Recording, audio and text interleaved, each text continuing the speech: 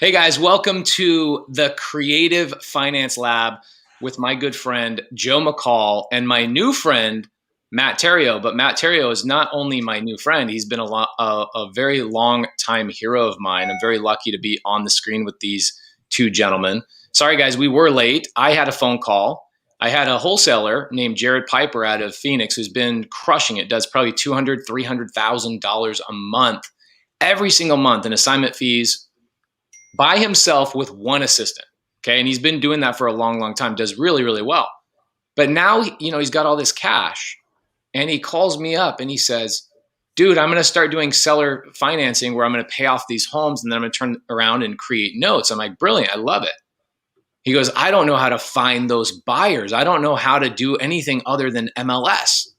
And so I had to go through a 15-minute conversation and talk to him about the 13 ways that we find seller finance buyers. Don't you love those kinds of calls, Pace?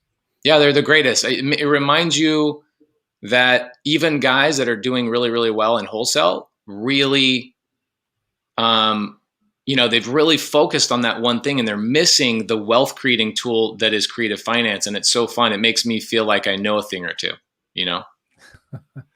It's all about the cash flow. Because we've seen a thing or two, right?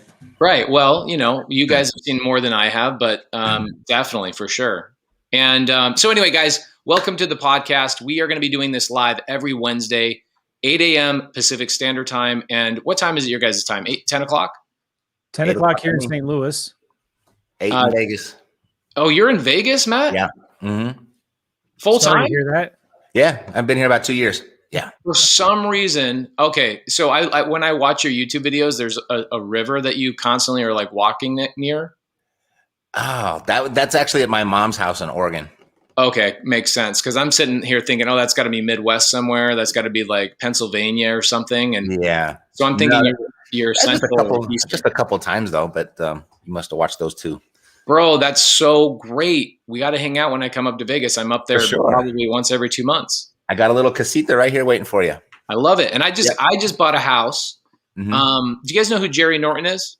Oh, yeah.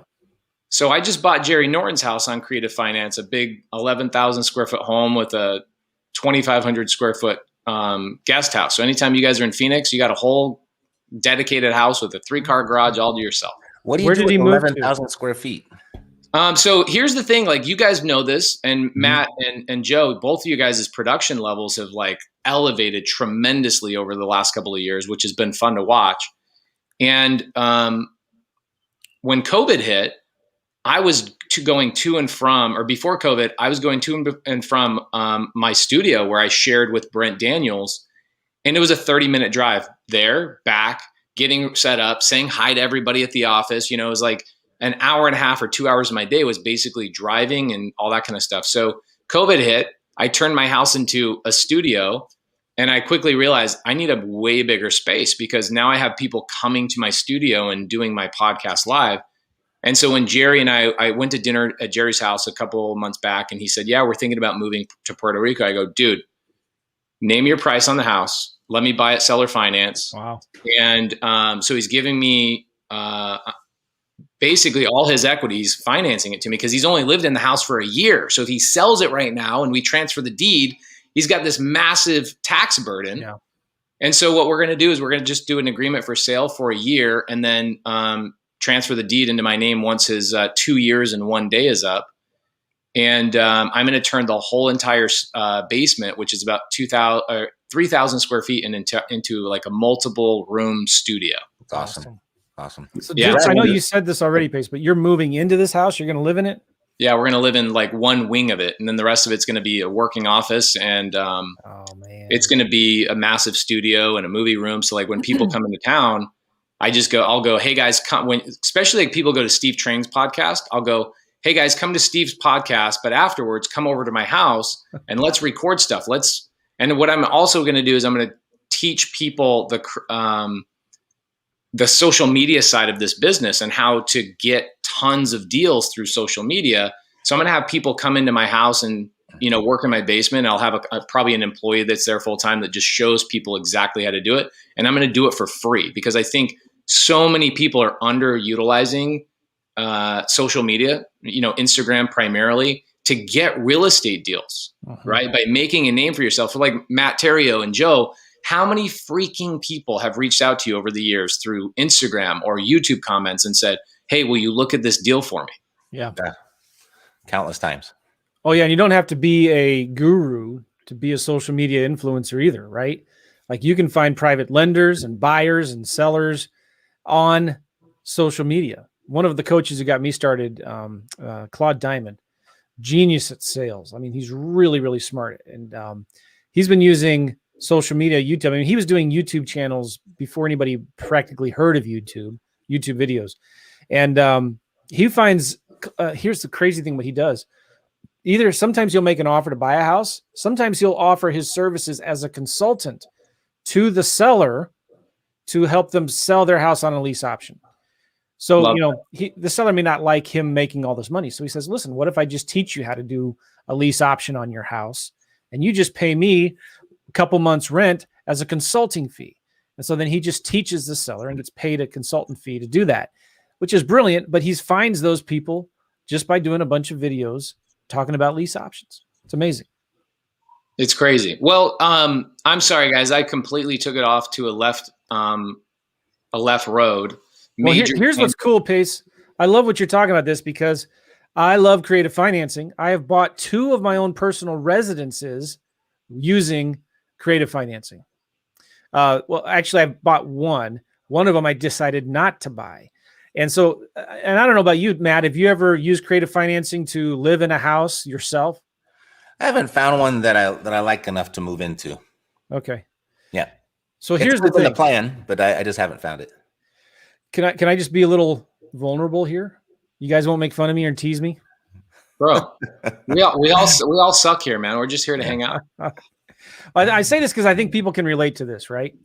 And we call this a creative financing lab, and I'm so excited about this podcast because it's going to be just kind of our lab of experiments. We're going to show you kind of what's working and what's not working here, right? It may blow up in our faces, who knows? But we just want to be open and honest and transparent with you guys. So when the market crashed in 06, well, starting 07 and 08, I lost like 15 or 14 properties to short sales, foreclosures. I had about 8 or so subject twos, and I deeded them back to the sellers.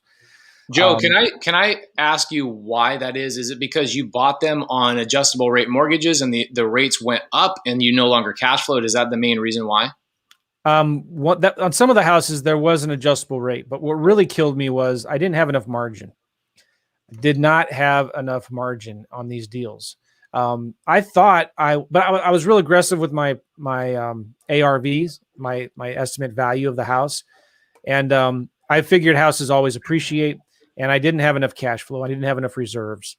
Got it. So like when I had a vacancy, like one vacancy would just wipe me out because that was, $1,000 a month paying a mortgage that I didn't have any income from. And then plus all of a sudden, evictions, plus repairs, plus marketing to get a new tenant. Yeah, 100%. Yeah. I had 0 reserves, which is so important, guys. Every house you get, especially on creative financing, I recommend, if you're putting a tenant in there or a lease option tenant buyer or an owner finance buyer, you're going to get a down payment or earnest money or whatever.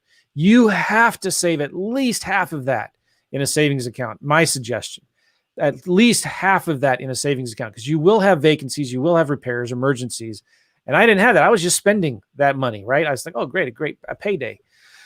So anyway, I had 0 margin on these deals. And then the values kind of collapsed, which wasn't a big deal, but I didn't have enough cash flow to pay the vacancies.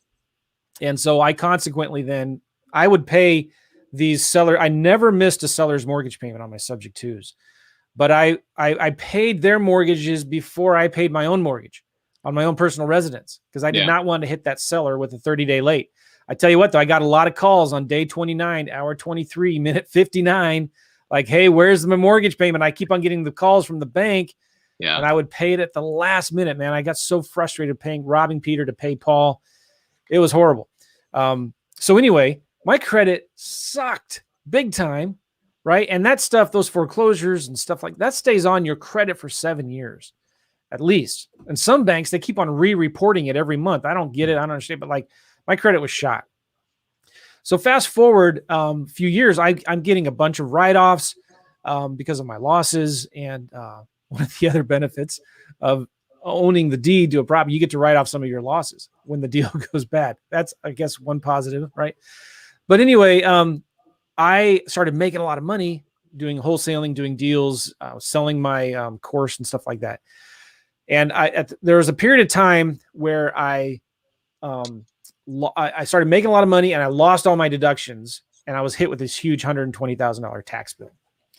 And this is a long story. I'm going to be getting on in about 3 to 4 or 5 weeks. I'm going to be on the other side of this thing, and I got something crazy awesome to tell you. I can't wait to tell you.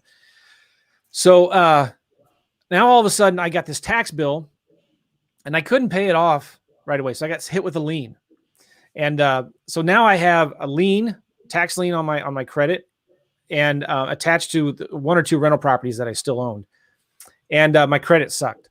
And we left our house because we did a short sale on it. We were renting houses. I got frustrated and tired of renting, and I wanted to buy. So I did some marketing, and a seller responded to my marketing. And I forget how I found the lead, but he calls me and says, "Hey, you know what? We need to sell our house. We can't wait any longer. I got 2 mortgage payments. I already bought another house." And I said, "Well, let me look at it." And I looked at it and I said, "Hey, I got great news for you. I already have a buyer for it." And he said, "Who?" I said, "Me." It was a great house, 4,500 square foot on a cul-de-sac in a great community subdivision. And, but I didn't know if we wanted, like, that was our forever home or whatever. So I said, "Listen, let's just do a lease option, and I'll lease it from you for 2 or 3 years, 2 or 3 years, I think it was."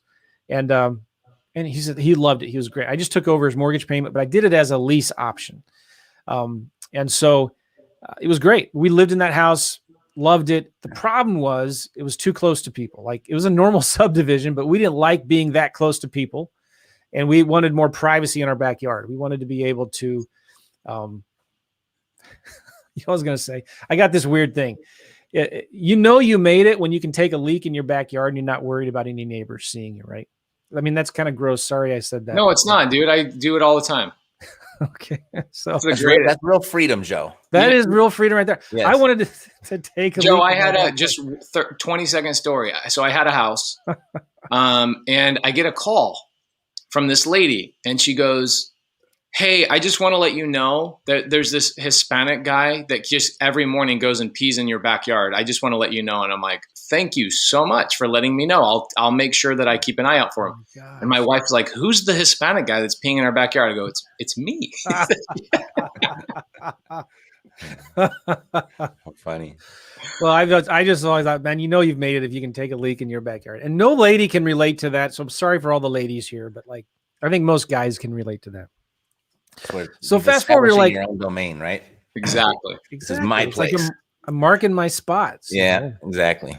And so I'm sorry for making a short story long here, but like we didn't like this house. It was a great house. By the way, all the lease options I've done, the seller has never once checked my credit. Right. And that's the great thing about creative financing. It's like, I don't know, Pace, Matt, have you ever had a seller check your credit on one of your deals? Oddly, that just happened this week. They requested it. And that was the first time ever, just this week. I said, "No, you're the one with the problem, not me." Yeah. Right? Yeah, I think it wasn't a great deal, and they were asking me to jump through a bunch of hoops, and I was just like, "You're asking me for too much. If I'm willing to do that for you, what are you willing to do for me?" And so that's where we're at right now. Yeah, and I think also the line, I've had people ask for, "Well, I got to make sure you're a credible buyer," and I'll say, "Okay, well, if that's the case, I'll just go directly through the bank." Right. So if you want all these credentials, then I'll go through the bank and I'll go buy a different house. But I've never had to show tax returns. Mm-hmm. I've never had to show my bank balance, proof of funds, credit report, anything, even job history. Never even had to show any of that kind of stuff. But I've had it asked of me a couple of times, but a very quick one line of, "No, that's not what we do on seller finance," or "That's not what we do in these situations." They just go, "Oh, okay, sounds good." And then we move on. Yep, exactly. I like that. I'm gonna go to the bank. The rate's lower, and I get a different house. Right. I can get the house I want. Right. Or I'll how about this? I'll just pay cash for your house. And here it is. And so my cash offer is like 70,000. My seller financing offer is 100,000. It doesn't matter to me. If you want to pull my credit, it's not going to work. I can just buy your house with cash, but give them choices, right? Turn it around. Well, speaking of choices, I think the reason why Matt has never bought a house on seller finance or creative finance to live in is because that is the big challenge, right? You get a lot of people who will ask you, especially my DMs, they go, hey, I need to buy a house for myself and my family. Do you have any seller finance or subject to houses laying around? I'm like, well, first off, if it's in Arizona, I don't wholesale them. I don't sell them. I don't seller finance them. I just keep them for myself. Second off, if you have a specific house, especially if you're married, right? You have a wife, you have kids, you need a very specific type of house in a very specific area.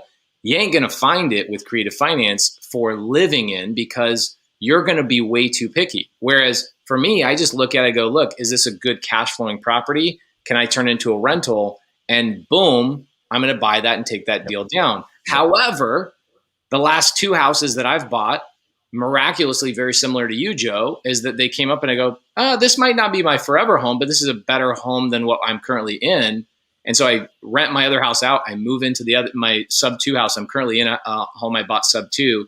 And now I'm moving into Jerry Noren's house that I'm buying sub 2 and seller finance, hybrid or a wraparound.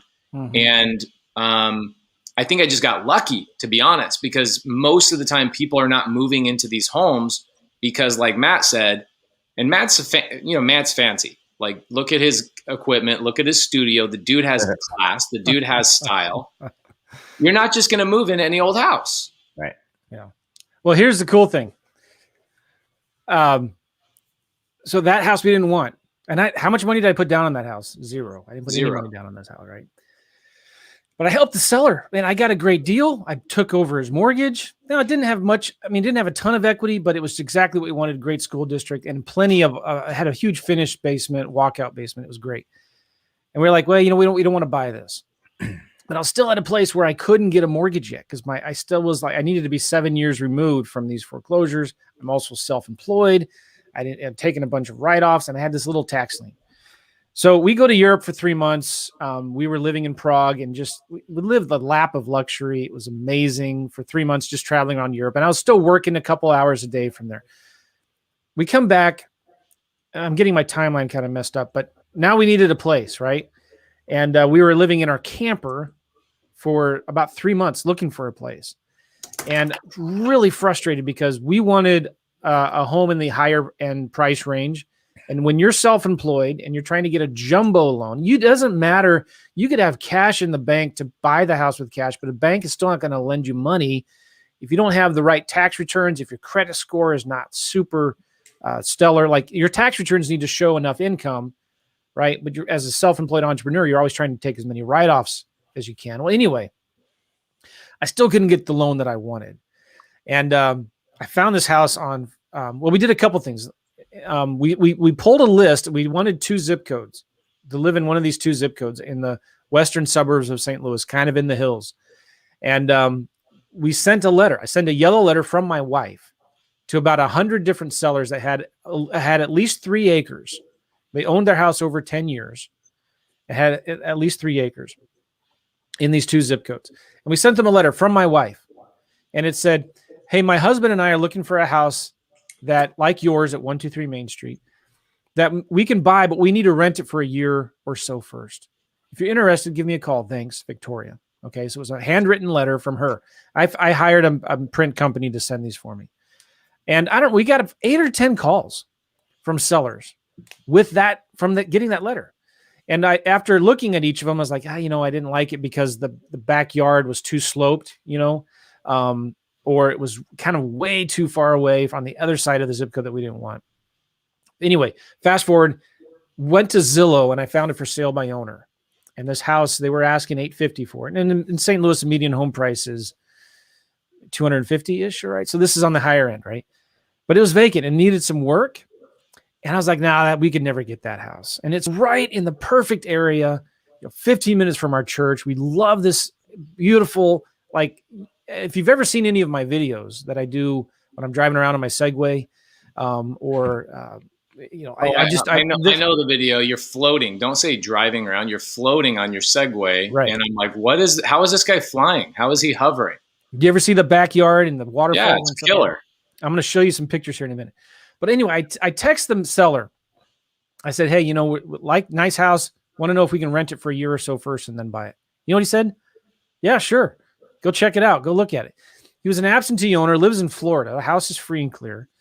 We met his friend there, and it's a long story, but we got this house. Absolutely amazing. So we lease optioned it for 3 years, and then we turned it into owner financing.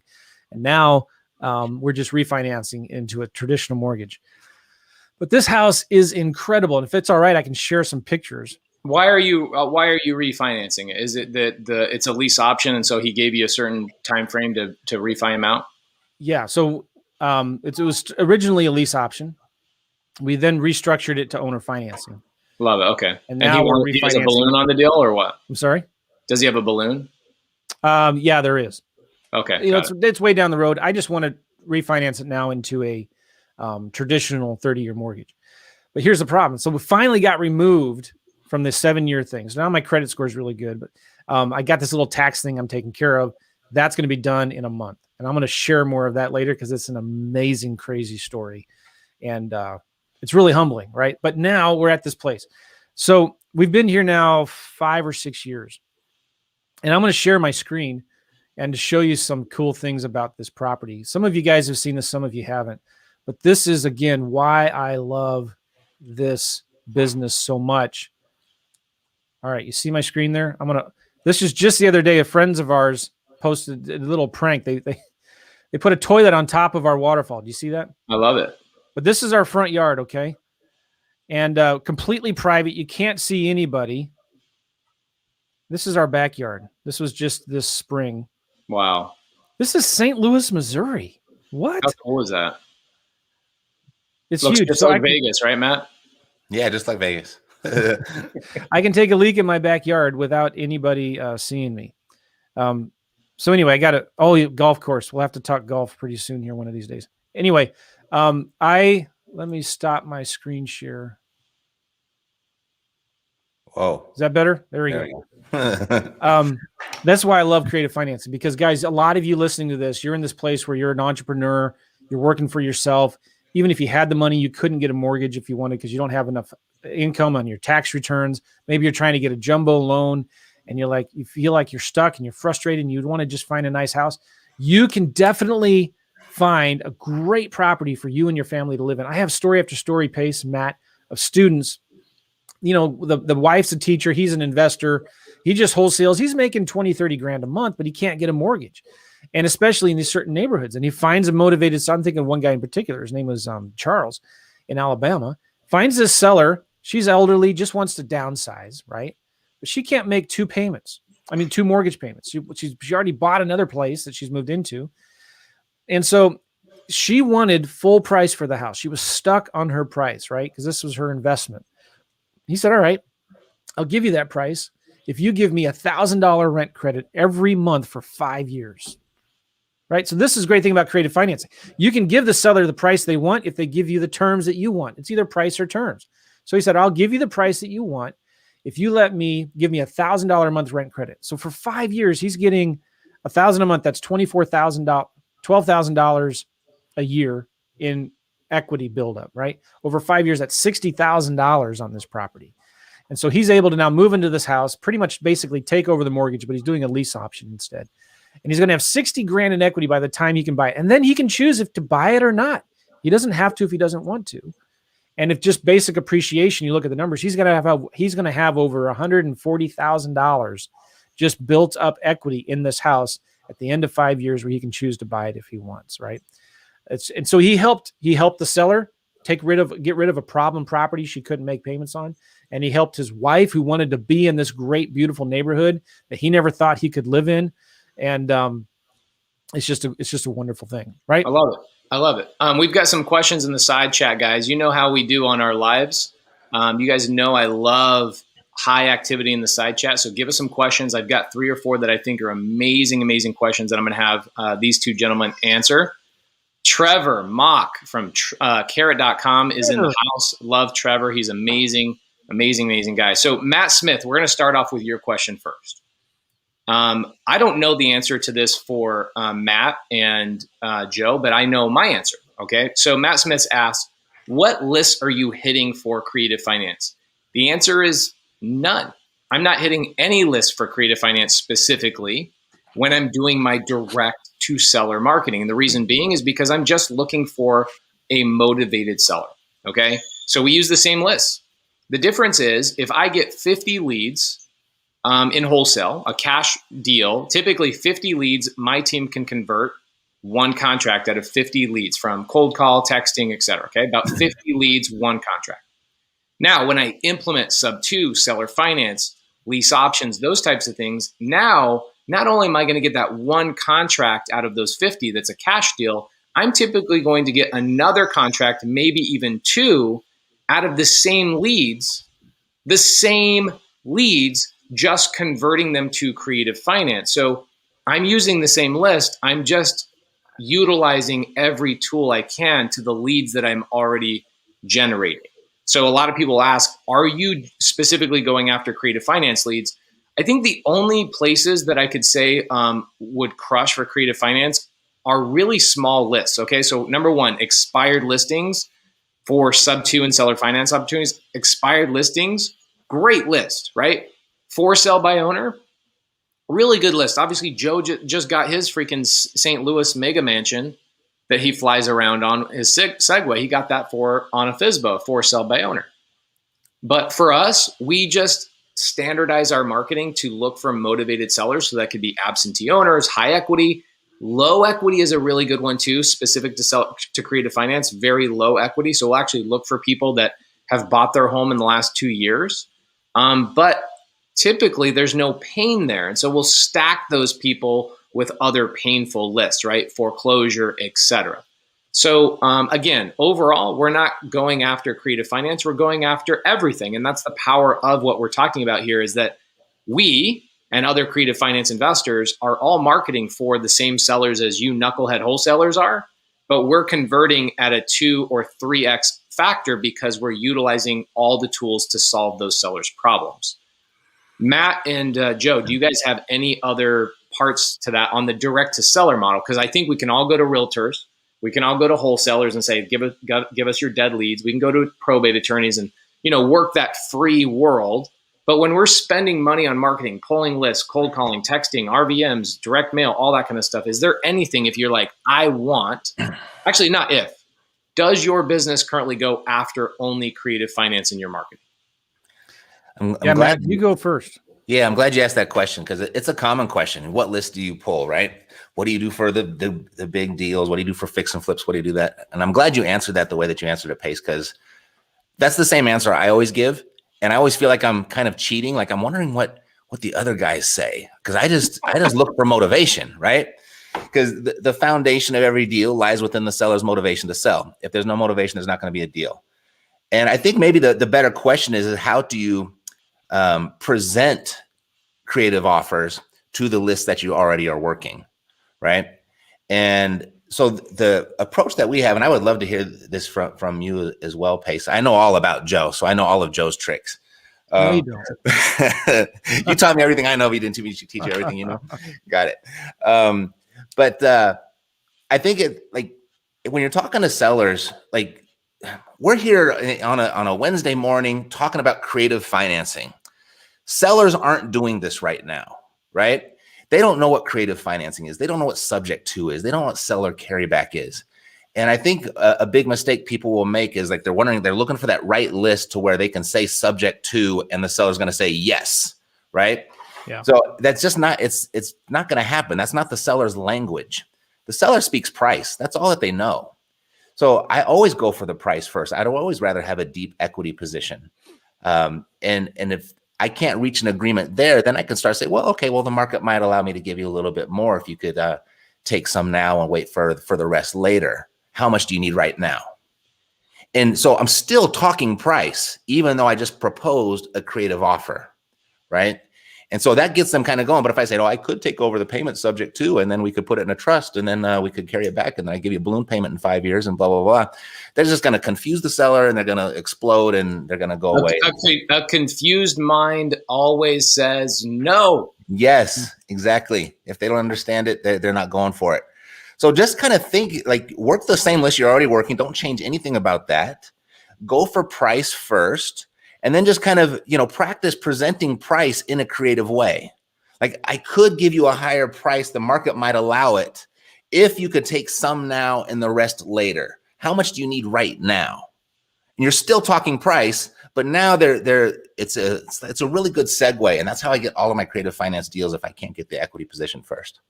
I love that. So I do the same exact thing. And I'll tell you guys a couple of cool things about what Matt is highlighting. Is number one, imagine that I go into an appointment. Is there such thing as a seller right now that has already not spoken to another wholesaler, real estate agent, etc.? The answer is no. The average that I've found is about 15 wholesalers have had conversations with this seller already. And the seller might have already even signed a contract before, and that wholesaler just never fulfilled that contract. And so these sellers are primed and ready. So when I come in, my team is trained to say, well, we actually buy homes in multiple different ways, but we prefer the cash offer method. I'm sure you've spoken to other investors already about a cash offer. Why haven't you signed with somebody regarding a cash offer yet? And what we get to do is we get to extrapolate all these amazing pieces of information, because they go, oh, well, I haven't signed yet because everybody's lowballing me and everybody's this, and I need this in order to accomplish this. We go, great. We come back to the drawing board. And of course, we always are trying to get a cash deal, because cash deals not only keep money in the bank, which is awesome, they also allow us to do fix and flips, which we do a good amount of in Phoenix. But more important, the cash deal tells me all the stories that the other competition failed at, okay? Then we convert, and here's the line that we use. This is the line. We say, okay, well, it sounds like I'm not your buyer on a cash situation, but if I was willing to give you the number that you want, would you be willing to give me the terms that I need? Now, sellers don't know what terms are, okay? But terms is an easy word.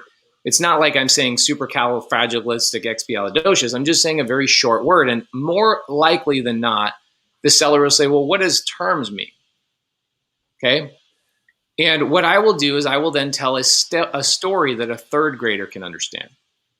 And the story, for a lot of my audience that is already following, we got about 250 people watching right now, which is great. There's a lot of people that have heard my F-150 story. Okay, and so I've trained my team and trained my students and trained all my people to tell this story, and it's a true story. The story is this. Okay, well, seller, I used to be a contractor for 10 years. I had an F-150. It hit 320,000 miles, and it was time to take that out of my construction company and get my money out of that truck. So I go to Kelley Blue Book, which is essentially the equivalent of Zillow, right? I go to Kelley Blue Book, and the truck, Kelley Blue Book says it's worth $5,000. And I was like, $5,000? Screw you. If I put a truck for $5,000 on Craigslist, am I getting $5,000, Matt and Joe, or am I getting like $3,500? $3,500. Right? I'm going to get these people lowballing me, just like we lowball people on cash offers. And so I'm belligerent. I go on Craigslist and I put my F-150 for what I think it's worth. $10,000. Do you think I sold that truck for $10,000? The answer is hell no. Not only did I not sell it, I didn't even get a phone call. So 3 months later, my wife comes into my office, taps me on the shoulder and says, sweetheart, get that stupid truck out of the driveway. But she said it a lot sweeter than that. And I said, babe, what do you want me to do? And she goes, dude, you're the creative finance guy. Why don't you sell the truck on terms? And I'm like, oh my gosh, that's amazing. So I only went back to my Craigslist ad. I changed one thing. I said F-150 will take payments. Now, did I sell that truck for $10,000? No, I did not. I sold it for $12,500 because I had so many people overwhelming me with calls in the first 30 minutes. I had to turn the ad off. And then as I was filtering through the people asking, I just kept raising my price until I found somebody who was willing to give me $1,000 down and make me payments over that long period of time. Now, Mr. or Mr. Seller, do you see the benefit of selling something on payments? Is you can get a much higher number, or you can achieve your goals. So just like I sold my F-150 on a terms deal, you can sell your house to me the same exact way. All we have to figure out is what are the monthly payments you'd like to receive, or what is the dollar amount you'd like to walk away with.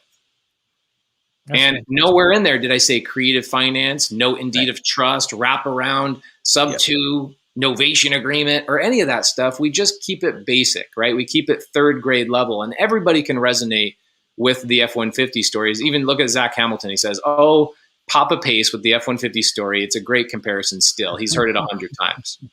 So it's all about storytelling, and we convert that seller into a sub-2 or a seller finance by saying, we can get you the number you want if you can give us the terms that we need. And it's as simple as that. And that's how you convert. You know, the question was, is there a list you could target? And I totally agree. It's just in your normal marketing, right? And I also love old leads, my old leads, other wholesalers' old leads.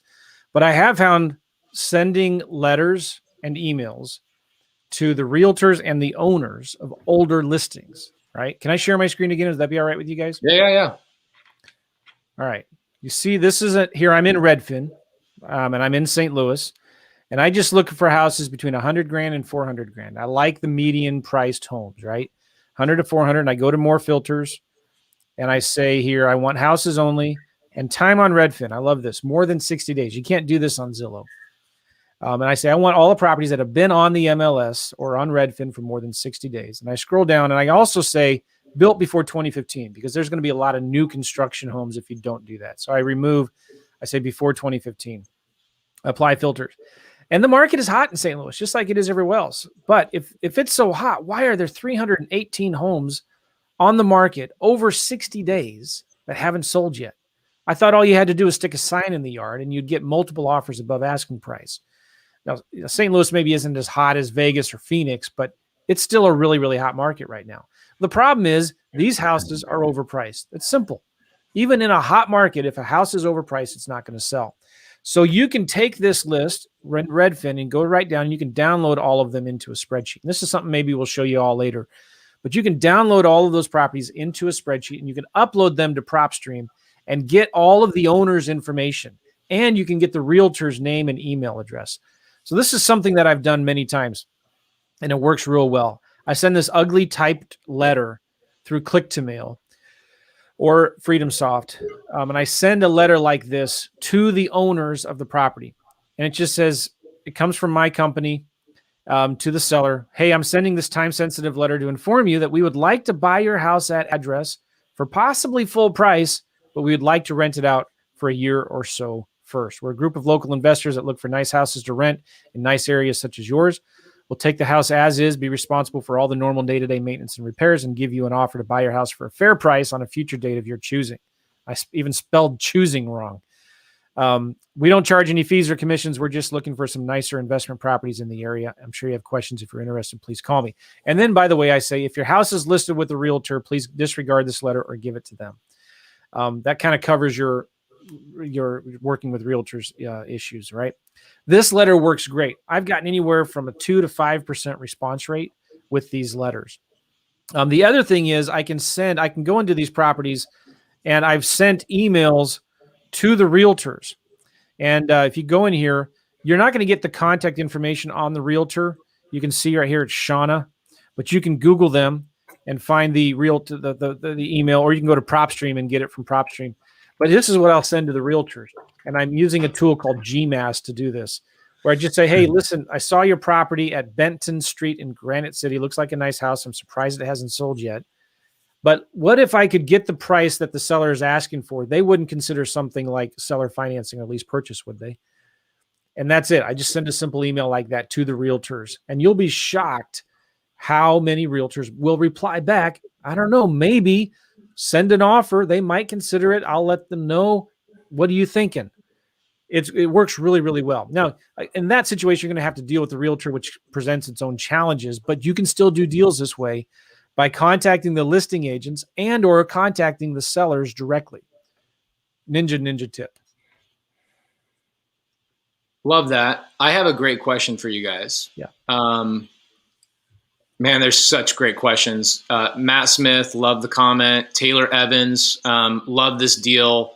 How to work numbers with a realtor. I think that's a topic for an entire show, to be honest. Sam Kemp, see you all the time, bro. Love your comments. You're amazing. If a seller is open to cash and creative finance, I think we'll jump on that here in a little bit. But I really, really like this one because I think that this is where I'm going to differ with both you guys. Okay. Yeah. I will buy negative equity deals frequently. Now, it's probably less than 15% of my portfolio, but I just bought 9 homes on seller finance, 2% interest carry from the seller. And here's the purchase price on the contract. This is literally what the purchase price says, okay? In the purchase price on the contract, it says see below. In additional comments, we write final purchase price to be determined on day of closing. Zillow price plus $20,000. That's my contract price. So my answer is yes, I will buy negative equity deals, especially when I have really good terms, low down payment, really good cash flow, and a great interest rate that I don't have a balloon on. So again, let me say that one more time. No adjustable rate mortgages, right? That was a very popular thing back in 2004 through 2007. Those really don't exist too much anymore. My interest rates are averaging in my seller finance deals around 2.5%. So crazy good interest rate. And I have no balloon, right? So regardless of whether the house appreciates or doesn't appreciate, doesn't really bother me. I'm not buying for appreciation. I'm buying for cash flow and the easiness of getting into that deal. Now, the other thing is I stress test everything, right? So I go back in historical data and I find if I'm buying a house in a really bad area, which I don't buy houses typically in really bad areas, but if I do, I look back at historical data and I look at the rental defaults when 2008 happened and I go, oh my gosh, if we have another downturn, my house is in this pocket. I have to plan on 4, 5, 6 months of buffer. Probably not a great deal for me. Okay. So yes, negative equity deals or me overpaying for a property, I will absolutely buy them if the terms make sense for me. What about you guys? Do you guys touch negative equity stuff? I'll let Matt go first.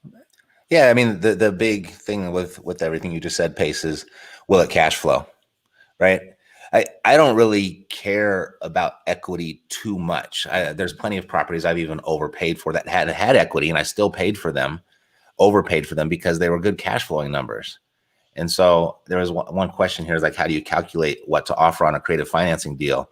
I work everything backwards. You know, I have a minimum standard, whether it's a monthly dollar amount cash flow, or if it's a monthly, or if it's a ROI, a cash on cash return. And I just craft my offer backwards from that to make sure I hit my number. And equity is very rarely a part of that equation. To me, equity, that becomes frosting on the cake, you know, but the financial freedom comes from cash flow. And if you overpay for a property, but it sets you free, what's more important to you, getting the equity or you being free? Well, I would disagree a little bit, although I can totally understand your point. Cash flow is the most important number in all of this, right? But I would say sometimes, though, I would offer the seller instead the same equity they would get if they sold with a realtor. So you could say, would it be fair if I gave you the same equity you would get with a realtor, and or if you sold with a realtor? And then I would show them, all right, well, if you were to sell it today, it would be, and if you fixed it up, it would be about this, but then you'd have to put some money into it. You'd have to pay the commissions. You'd have closing costs. Right, Joe, but this was for a negative equity deal, right? That was the question. Well, yeah, you could still structure it though. But they would get nothing. They would have to come in with money if it was a negative equity. The point is, I guess you're showing them that they don't have really any equity. They may owe 190 and the house is worth 200, right? So they think there's 10 grand in equity there. When you really show them the cost of selling it, you're actually going to have to come to closing with a check for 5 to 10 grand or 15 to sell it. So you could then say, listen, instead of giving you the same equity you would get if you sold with a realtor, which would be negative 15, then I'll go ahead and just take over your debt. I like that kind of a phrase. I'll just take over your debt. I like it. And take over your payments. Would that be okay with you or not? And so that kind of frames it a little differently, but I like to phrase it in terms of the equity they would get if they sold with the realtor. What is their true net equity at the end of the day?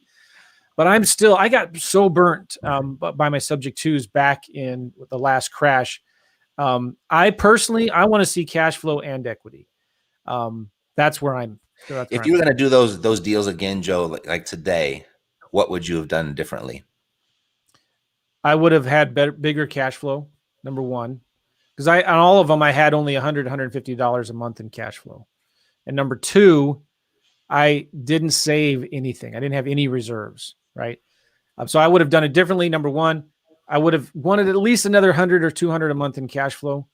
And I would have saved at least half of the option deposit money I got from the tenant buyers I was putting in the houses and would not have touched it. And if I would have done that, I would have had 50 grand in the bank just sitting there for emergencies. And I could have weathered the storm. If you remember when the market crashed, like people were losing their houses, but there were a lot of vacancies. Vacancies actually went up. And I was so desperate to get somebody in there. It was a downward spiral because I would take the first person that could put down $3,000 just so I could make that next mortgage payment. And they were complete idiots, and they would tear the place up and they wouldn't pay the rent and, threatened to sue me. It was just a disaster, but it kind of went down from there. I just didn't have. So it was not enough reserves, not enough cash flow. Yeah. And then like the tenant market was depressed. Yeah. Right. Rents didn't go down, but it was harder to find good quality tenants. And at the time too, it was so easy to get a mortgage. If you remember this, it was so easy to get a mortgage. People are like, well, why would I want a lease option? I can just go fog and mirror at the bank and get a loan. So at the time I was not getting very good. I was getting very poor quality tenant buyers for my homes. I think that's a whole topic, honestly, for a whole day. Don't you agree, Matt and Joe, is that talking about, what does your war chest look like? So, for all of our properties, we have, we're in triple figures on our properties or doors that we hold on subject to and seller finance. And we have a war chest phrase, basically, like, let's say $1,000 comes into our bank account from our tenant. There's a portion of that comes right off the top and goes into our war chest, right? And it's for a rainy day. The reason I call it a war chest is for obvious reasons. Like I might go to war at some point with a tenant. I might go to, eviction court. I might have to repair holes they punch in the walls or whatever. So that money comes right off the top. And so depending on the area and the type of tenant that I'm going to get in that area, I will either put 10%, 15%, or even upwards of 20% of my income, my collections. So if it's $1,000, which I don't have anything at $1,000 rent rate right now because freaking rent rates are crazy. But let's say it's $1,000. If it's in a bad area, I'm putting $200 a month to the side. But more important is what Joe's talking about is that option fee right up front. Let's say my option fee is $7,500. I might take $2,500 and go buy sushi with it. Take Matt to Nobu in Caesar's Palace and go hang out with Matt. But the other $5,000 I'm putting in my war chest. Yeah. That's a whole topic for a whole nother day. I think like literally we could talk about that for an hour. Profit first. Here's a book everybody needs to get and read. If you're a serious business owner and you're not treating this like a hobby, you're treating this like a business, you need to get the book Profit First. It is so important. Such even if you just have a job, even if you're just an employee, you need that book. That's probably the most life-changing book I've read in the last 5 years. I would say that the most, like out of the top 20 questions I get on a daily basis, one of those questions is, hey, I got my first check. What do I do with my money? Where do I spend it? What do I do? And I'm like, my answer is sending them the Amazon link to Profit First. Yep. And we actually, you guys both know Tom Kroll. Yeah. So when I met Tom Kroll a couple of years ago, I met his bookkeeper, Tony Counts. I don't know if you guys either one of you know Tony Counts. I ended up hiring her, and in our interview process, I said, "Hey, have you read the book Profit First?" And she says, "I was just about to ask you the same thing. I won't take on clients that haven't read Profit First." Yeah. So, guys, Matt's suggestion of Profit First is incredibly important. if you're not a reader, download that bad boy on Audible and get that information in your brain. You might have to read it 2 or 3 times for people that are, new to understanding the flow of money and what to do with it. But it's the crap they should have been teaching us in high school, to be honest. Mm-hmm. Totally. And I don't even do it exactly as the book is written, because he kind of has this percentage breakdown and what you want your accountant to do and run the books. And you got all of these 5 different accounts. And I'm just like, I just have an automatic. I started very small because I was not living paycheck to paycheck, but our business, like every single dime I ever made went right back into the business to make it bigger and bigger and keep it going. And so we were essentially living like we didn't have a big giant cash reserve for a very long time. And so we just started like, okay, just an automatic payment. I just started with my own personal account. $50 a month goes over to E-Trade and it gets automatically deposited into a mutual fund. That was just it. And it was 100% automated. And I was actually concerned. Like I was actually concerned with $50 a month. Like, oh my gosh, like what if I need it? And it was turned into nothing. This started about 4 years ago, 3.5 years ago. And then I went to $100 and then $200 and just slowly started inching that thing up. And now I've got that money comes into one account. I use a Wealthfront, and then it disperses it into 3 different areas. So it goes to an investment account, a cash account, and then I got a second account just for taxes. And now I'm saving about 10 grand a month. That's 100% automated. This is on my personal account, not my business even, just my personal thing. And now I've got this huge sleep well at night account. Like I don't even have these concerns or money worries at all anymore. And it's and I'm not even doing it right. Like just by setting up that automated disbursements into your account that automatically go, you never get to touch, done. Yeah, there's a thing I use. It's called Acorns. And Acorns is awesome because you can put it into they're kind of like exchange traded funds, ETFs, I think is what they're called. What are these? Everyone's affiliate links? No, those are Audible, okay, got it. and Amazon. Got it. Somebody asked who the author is. It's Mike McCallowitz. Here's the whole idea of profit first. Every dollar that comes in, normally most people say revenue minus expenses equals profit. This changes it around where it's revenue minus profit equals expenses. So every dollar that comes in, you're going to first set aside some money for profit. It could be 10 to 15%. The next thing you need to do is send some dollars to the tax man. All right. Do not ignore the tax man. He can take everything away from you if he wants. And he doesn't care who you are. He doesn't care about you at all. All he wants is his money. And you need to give it to him, or else you're going to be in big trouble if you don't. All right. Then you pay yourself. And then whatever's left is your expenses, is your overhead. So every dollar that comes in, you need to set aside 10% for profit. And I like to use Acorns. Acorns is something similar to what Matt was just saying. You can download it on your phone, and you can choose every dollar. It rounds up your dollars that you spend on your checking account or your credit cards. It rounds up and invests that money for you, or it can withdraw a certain amount. I think I have it do $500 a week or something like that every week into an Acorns account. And it's just a savings account that earns great interest because it's invested in the stock market. But you can also get some self-directed IRAs in there and some cool stuff like that. Hey guys, we really appreciate you all tuning in. This is our first live together. We've reached almost 300 live viewers for our first time. Really, really appreciate you, especially right here. Hype X Fanatic says he's sharing the video. So guys, do us a favor in the future, share these videos. We want as many people, breaking these financial curses that maybe have come from their family education. I know that the only thing I learned when I was young was work your guts out until you die, right? Thank goodness to my dad for teaching me how to work really, really hard. But these creative finance tips and also how to manage your money, my gosh, let's get everybody to know this stuff. And by the way, if you're not following Joe McCall, you're not following Matt Theriault on YouTube, go subscribe to these guys. Matt Theriault's YouTube is amazing. He does a crazy, crazy good job. I think a lot of people probably look at Matt and go, how do I be as cool as Matt on YouTube? He does a great job. Go follow him. His content's amazing. The flow of his videos are great. Production value is nearly unparalleled. Go follow these guys. We're going to be doing this podcast every Wednesday, 8 a.m. Pacific Standard Time, 11 a.m. Eastern. And we're going to be doing so many amazing topics. I think what we're going to do this week is we're going to go through the comments And we're going to choose a few of the questions that have been thrown out in the comments, because there's some questions in here that deserve a full hour deep dive of us going through. And if we have to, we'll bring in a CPA. If we have to, we'll bring in a bankruptcy attorney. If we have to, we'll bring in a probate attorney. And we'll make this show absolutely amazing, amazing value for you guys. Guys, I have a call in 2 minutes. Yeah, I got to go too.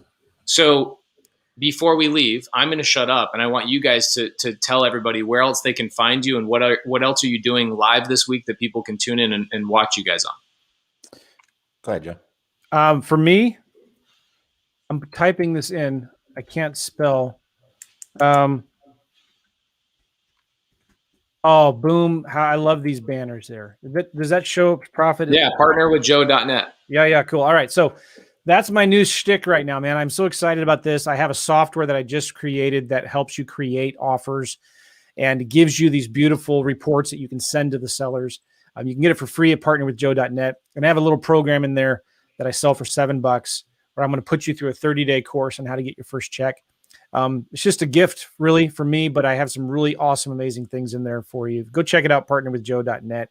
And it's also, I also have my podcast, Real Estate Investing Mastery Podcast, where I don't have as many episodes as Matt Theriault, but I will someday. I promise. Someday. Go Anyway, ahead, Matt. thanks, guys. It's been a pleasure hanging out with you, and I'm looking forward to making this a regular thing. I think it's really good, and it seems like everybody else is getting something from it as well. Yeah. And I learn something from you guys every single time. So, Joe, you've always got the backdoor tricks inside of the next website, and it's always fun to watch how you do that stuff and navigate that stuff. But anyway, the podcast it's been running we're going on our 12th year, the Epic Real Estate Investing Podcast, and just type in epicrealestateinvesting.com. That'll take you right to the YouTube link. And then, of course, YouTube, epicrei.tv. That's my little domain name. That'll take you right to my home channel, epicrei.tv.